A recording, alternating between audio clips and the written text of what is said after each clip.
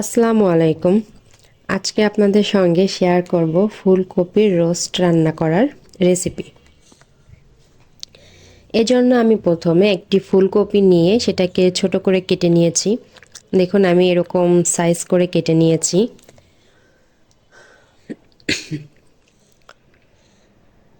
এবার আমি প্যানে একটু তেল দিয়ে এর মধ্যে ফুলকপিগুলো এক এক করে দিয়ে দিচ্ছি, সবগুলো ফুলকপি। এগুলোকে ভালো করে ভেজে নিয়ে আমি এরকম হালকা ব্রাউন কালার করে আমি এগুলাকে ভেজে নিয়েছি। আমার ভাজা কমপ্লিট, আমি এগুলাকে প্লেটে তুলেও নিয়েছি। এখন আমি ওই ফুলকপি ভাজার প্যানেই দিয়ে দিব 1 কাপ পরিমাণ পেঁয়াজ কুচি।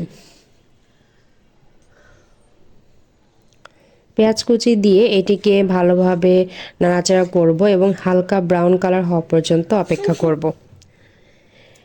হালকা ব্রাউন কালার হয়ে গেলে এই পর্যায়ে আমি দিয়ে দেব চিড়ে রাখা কাঁচামরিচ। আমি বেশ কয়েকটা কাঁচামরিচ দিচ্ছি, আপনারা আপনাদের টেস্ট অনুযায়ী দিবেন। যারা ঝাল পছন্দ করেন তারা একটু ঝাল বেশি দিবেন। এবার এইটাকে আরও কিছুক্ষণ আমি ভেজে নেব। ভেজে নেওয়ার এই পর্যায়ে আমি এখানে দিয়ে দিচ্ছি 1 চা চামচ পেঁয়াজ বাটা, 2 চা চামচ রসুন বাটা,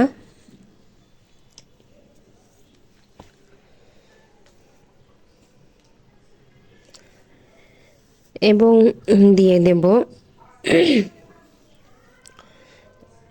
আদা বাটা 1 চা চামচ।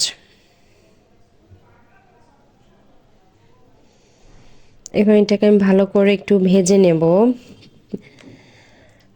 একটু ভাজা হলে আমি এর মধ্যে দিয়ে দিচ্ছি স্বাদ মতো লবণ, জিরা গুঁড়া, মরিচের গুঁড়া,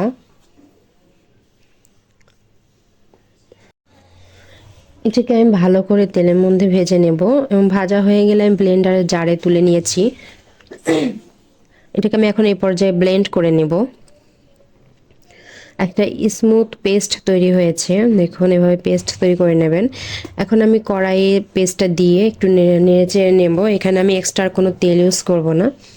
এখন এর মধ্যে দিয়ে দেব 1 কাপ পরিমাণ ফ্যাটানো টক দই।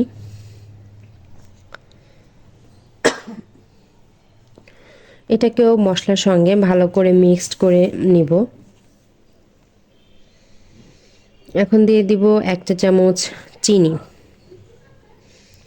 ভালোভাবে কষানো হয়ে গেলে এটা আর সামান্য একটু পানি দিব, দিয়ে পানিটার সঙ্গে আর একটু ভালো করে মশলাটাকে কষিয়ে নিব। আমার মশলা কষানো কমপ্লিট। এখন এর মধ্যে আমি দিয়ে দিব ভেজে রাখা ফুলকপিগুলো।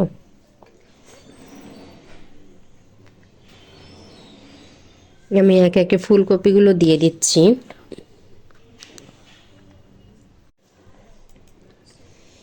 এটাকে আমি হালকাভাবে একটু নেড়ে নেব।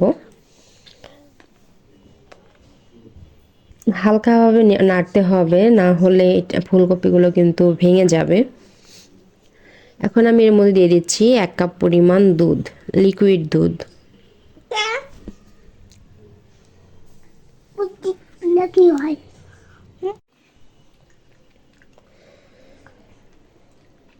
আমার ফুলকপিটা প্রায় রান্না হয়ে এসেছে। এখন আমি একটা বাটিতে সাজিয়ে নিয়েছি। দেখুন এটা হলো আমার ফুলকপি রোস্টের ফাইনাল লুক।